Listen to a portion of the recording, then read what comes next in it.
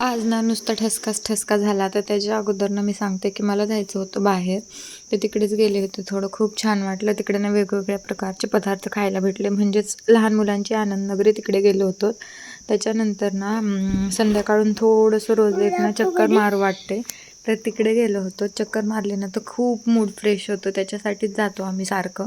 काय घ्यायचं जरी नसलं तर एक चक्कर मारायला जातो. तर तिथेच ना आम्हाला पाहिलेल्या गोष्टी भेटल्या. तेच म्हणजे ना ते उष्णतेचं काहीतरी होतं. मला काय त्याचं प्रॉपरली नाव माहिती नाही, पण मी खूप वेळा पाहिलेलं होतं. त्याच्यामुळेच आम्ही तिथे विचारायला गेलो. तर छान होतं आणि कुठं जास्त कस्टमर नव्हते म्हणून मसाज करण्यासाठी बसले होते मी.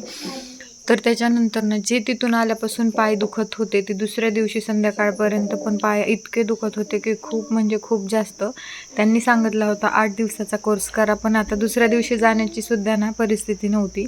त्याच्यामुळे ते कॅन्सल केलं. नंतर ना थोड्या वेळासाठी बाहेर बसलो होतो. तर हे बघा पिल्लूची कशी मज्जा सुरू असते. चला बाय, भेटूया नेक्स्ट ब्लॉगमध्ये.